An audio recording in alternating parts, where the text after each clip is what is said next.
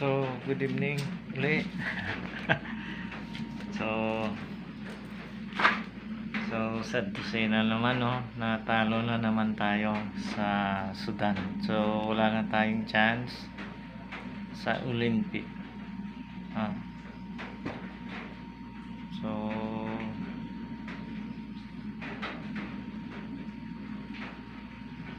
nag-comment ako doon, no, ganun pa rin yung comment ko kasi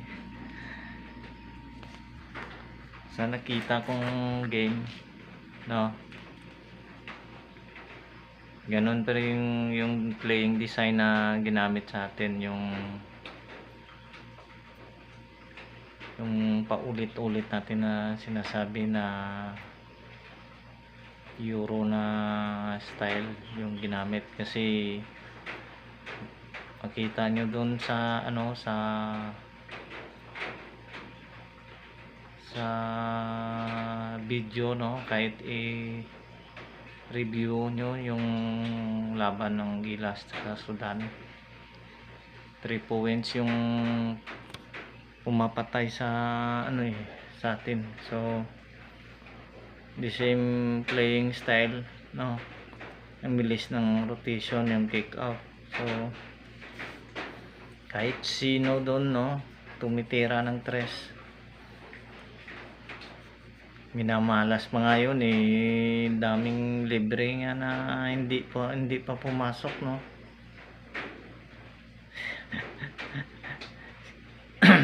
So yung depensa natin sa ganong style, hindi natin masabayan yung mga ganong galaw. So yung playing design ganon yung ginamit sa atin, no, sa apat na nakalaban natin sa ibang bansa, no. So yung weakness, no, hindi na nga tayo makasabay sa sa defense, pero 3 points pa rin yung talagang mabigat na pumapatay sa team natin. So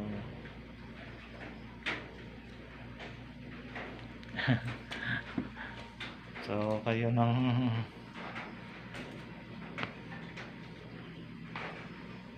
ayan na, patunay na yan, apat na game walang panalo. So sana magkaroon ng magkaroon ng development sa basketball ng Gilas. So kailangan na talaga mag-change ng style, no. Tsaka yung sabi ng mga unang Gilas na player, yung sa preparation, no, medyo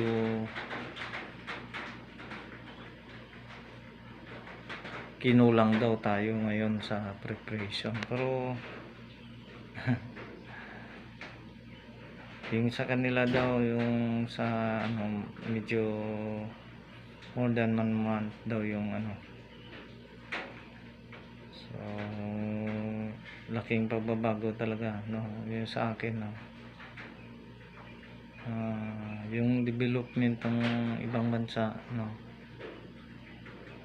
tinatarget talaga nila na magaling mag-shoot sa 3 points. So tapos yung galaw, no,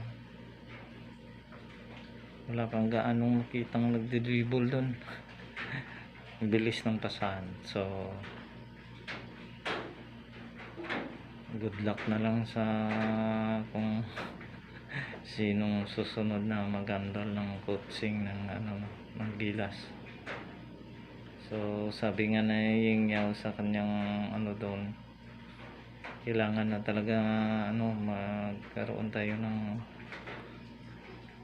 ng training sa ibang bansa, yung mga coaches, yung mga coach natin. So good evening, no, and ride safe tayo lagi and God bless. So hanggang dito na yung video natin. Thank you.